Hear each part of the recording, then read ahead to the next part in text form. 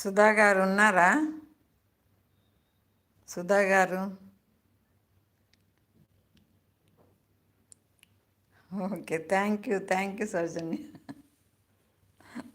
Joke చేస్తున్నావా?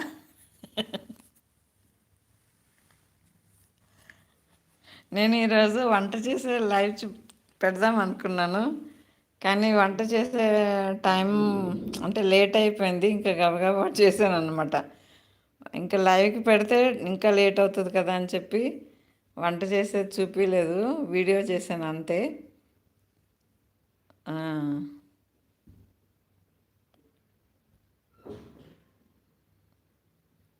Okay, thank you.